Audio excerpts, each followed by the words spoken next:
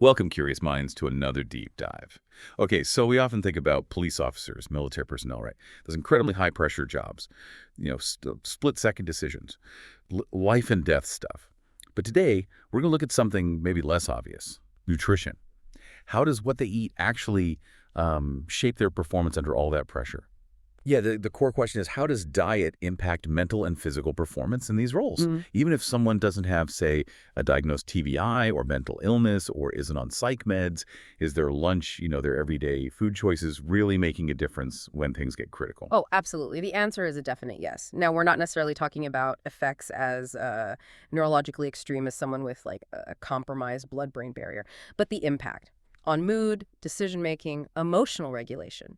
It's incredibly significant for these professionals. Think about it, when one single choice could mean life or death, even those sort of subtle shifts driven by diet, they matter a lot. Okay, so our mission for this deep dive is really to unpack that. What are the mechanisms, how does food actually degrade performance and mentality sometimes? Right. And crucially, what can be done? How can individuals and maybe the institutions they work for help protect these protectors? So maybe start with the why. What makes this group uniquely vulnerable? It's something specific. Well, what's really interesting here is that for police, for military folks, the main vulnerability often isn't some prior injury. It's the job itself. The nature of their work involves, long periods of high alert, exposure to pretty traumatic stuff sometimes, huge psychological pressure. All that leads to chronic stress. And chronic stress, well, it floods the body with cortisol. Cortisol, right? The fight or flight hormone. So if the stress is constant, the cortisol is constant, what does that do long term? Exactly. And having those high cortisol levels day in, day out, it has a couple of major impacts that really set the stage for diet to become a problem. First, it can increase what we call intestinal permeability. You might have heard of it as leaky gut. Leaky gut. I've heard that linked to things like TBI before. Right, but chronic stress can also damage that gut lining. It's maybe not as dramatic, but it leads to this low-grade systemic inflammation simmering throughout the body constantly. And second, the stress really disrupts the gut microbiome too. It messes up that delicate balance of good and bad bacteria, and this is where it gets really directly relevant to mood and mind. That disruption hits neurotransmitter production hard. Did you know a huge chunk of your body's serotonin, that feel-good chemical, is actually made in the gut? Wow. No, I didn't realize it was that significant. So gut health is directly tied to brain chemistry. That makes sense. And then I guess the other elephant in the room for these jobs, sleep or lack of it. Oh, absolutely. Sleep disruption is, a critical factor, maybe even a multiplier. You've got shift work, long hours, always needing to be hypervigilant. It just destroys normal sleep patterns. Yeah, I can only imagine. And poor sleep. It dramatically worsens the stress response. It seriously impairs judgment.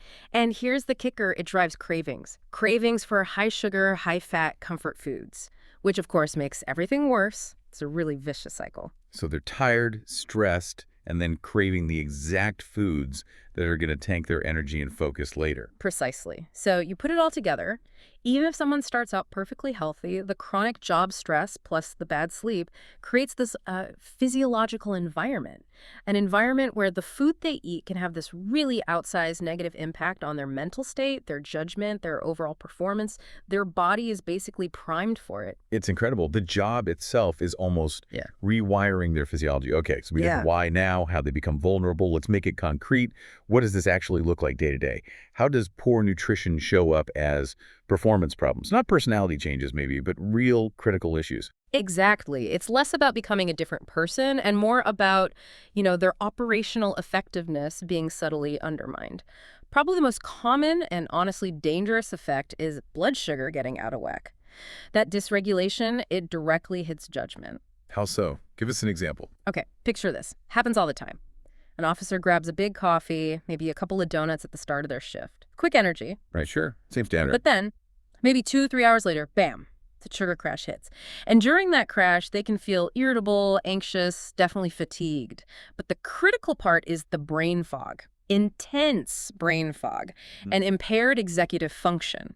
Executive function. Yeah. Like decision making. Exactly. Their ability to make complex, rational decisions under pressure, it's significantly reduced. And that could mean, a poor tactical choice, maybe an overreaction in a tense moment. That's genuinely scary. It's not just feeling tired, it's actual cognitive impairment when they need clarity the most. It really is. And it's not just the crashes. Think about a steady diet of, well, convenient food, fast food, processed snacks, sugary energy drinks. Which, let's be honest, is probably pretty common given the job demands. Very common. And that kind of diet creates chronic low-grade inflammation throughout the body. Now, this doesn't suddenly change who they are, but it lowers their baseline. Over time, it can just make them, a bit more negative, maybe more cynical, lower resilience to stress, maybe a shorter fuse. It creeps up. So it erodes their coping ability over time. Yeah, that's a good way to put it. And then there's the nutrient side. These diets, they're often really lacking in stuff the brain desperately needs. Things like omega-3s, the healthy fats that fight inflammation, B vitamins for energy, for neurotransmitters, magnesium, which helps calm the nervous system. Right. Basic building blocks for a healthy brain. Exactly. So if the brain is constantly underfueled, it's just less resilient. It's going to be hit harder by a stressful call or just a tough day. It won't bounce back as well. Okay, that makes sense. Less resilience. And one more thing, often overlooked. Physical gut distress. Imagine eating something inflammatory, something that doesn't agree with you. You get bloating, gas, maybe stomach pain. Now, picture trying to maintain total focus in a high-stakes situation while feeling physically uncomfortable. Yeah, that would be distracting. Massively distracting. It's a huge distraction. Right. It pulls focus away from situational awareness, which is absolutely paramount in their line of work. It's not just uncomfortable, it's a potential tactical liability. Wow. That point about gut distress as a tactical liability, that really lands. It shows how deeply connected the physical and mental are, especially under pressure.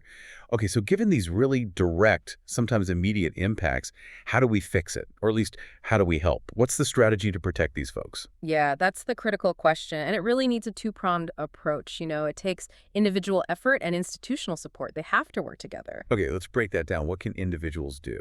All right, on the individual side, number one, prioritize protein and healthy fats. Every meal, ideally. Why?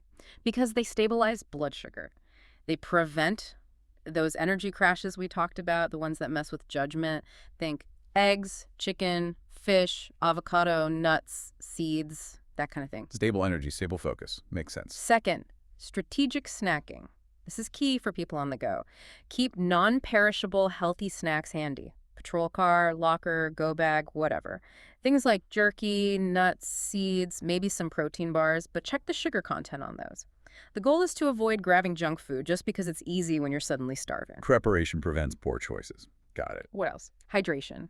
But with water. Dehydration itself tanks cognitive function. And sugary sodas, most energy drinks, they just put you back on that blood sugar roller coaster. Water needs to be the default. Simple, but probably often neglected. Very often. Then limit caffeine, especially later in the shift. Look, caffeine can help, but too much, too late. It ramps up anxiety and absolutely demolishes sleep quality, which, as we know, just feeds that negative cycle for the next day. Right, sets you up for failure. And finally, maybe the single most effective strategy for individuals, meal prep. Taking some time, maybe on an off day, to cook healthy meals for the week ahead. It takes the guesswork out. It makes the healthy choice the easy choice when you're tired and stressed. Yeah, meal prep seems essential for unpredictable schedules. Okay, so that's the individual side. What about the institutions, the departments, the military branches? Right. They have a huge role to play. Yeah. First up, education. Wellness programs often cover physical fitness, maybe mental health counseling, which is great, but they need to include performance nutrition and, crucially, frame it right. Not as dieting for weight loss, but as fueling for tactical performance. Make it operational. Fueling for performance. I like that framing. Changes the perspective. Exactly. Second, improve the food environment. Look at what's actually available in station houses, on bases, in academies. Are there healthy, affordable options? Can vending machines offer something better than chips and candy bars? We need to actively push back against that default culture of, cop food, donuts, pizza, fast food. Make healthy choices accessible. So change the environment to support the right choices. Yes. Third, and this is big, leadership buy-in. When command staff, the bosses, actually model healthy eating habits and encourage it, that gives subordinates unspoken permission to prioritize their own nutrition. It makes it okay. Culture change starts at the top. Makes sense. Definitely. And lastly, don't forget sleep hygiene. Institutions have to acknowledge how critical sleep is. They need to provide real education, real resources on how personnel can maximize their rest, even with difficult shift schedules. It's not a luxury, it's essential for performance and safety. So education, environment, leadership, and sleep support. That's a solid institutional framework. It really seems clear then. While the effects might not always be as, I don't know, visible as some other conditions, the reality of these high-stress jobs makes people highly vulnerable. Vulnerable to how food impacts their thinking, their mood, their reactions, right when they need to be at their sharpest. Absolutely. The takeaway from the research is pretty straightforward.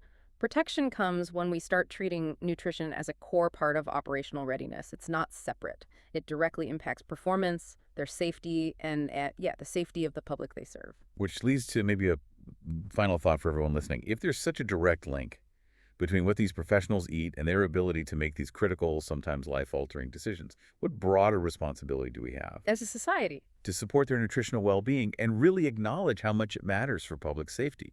Something to chew on.